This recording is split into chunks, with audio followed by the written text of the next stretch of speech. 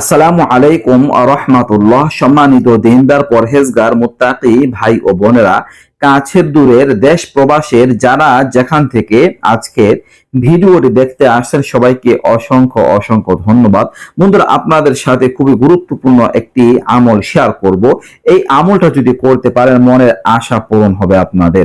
বন্ধুরা, অনেক নারী পুরুষ যুবক বৃদ্ধের আশা থাকে যেন তার জীবন থেকে অভাব অনটন দূর হয়ে যায়, অসচ্ছলতা দূর হয়ে যায়, তার জীবনে যেন ধনাঢ্যতা আসে, সচ্ছলতা আসে, টাকা পয়সার ব্যবস্থা যেন হয়।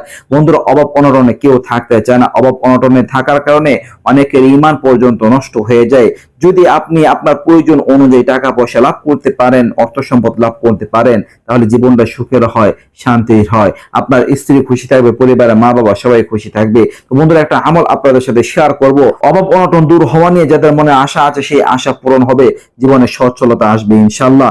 দর্শক, কোরআনে কারীমের একটি সূরার আমল। এই সূরা সম্পর্কে আল্লাহ রাসূল সাল্লাল্লাহু আলাইহি ওয়াসাল্লাম বলেছেন, আনাস রাদিয়াল্লাহু আনহু এর riwayat, আল্লাহ রাসূল সাল্লাল্লাহু আলাইহি ওয়াসাল্লাম বলেছেন, ইন্না লিকুল্লি শাইইন কলবান ওয়া কলবুল কুরআনি ইয়াসিন ওয়া মান ক্বারাআ ইয়াসিন কাতাবাল্লাহু লাহু বিকিরাআতিহা কিরাআতুল কুরআনি 10 মাররাত।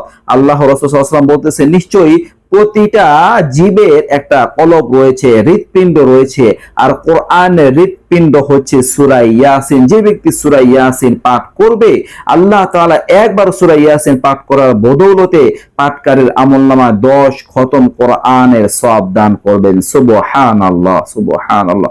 একবার সূরা ইয়াসিন পাঠ করলে 10 খতম কোরআনের সওয়াব লাভ করা যায়। তো দর্শক, এই সূরা ইয়াসিনের আমল, যেটাকে কোরআনে কারীমের হৃৎপিণ্ড বলা হয়, কোরআনে কারীমের 36 নাম্বার সূরা, কোরআনের হৃৎপিণ্ড হাট যাকে বলা হয়েছে।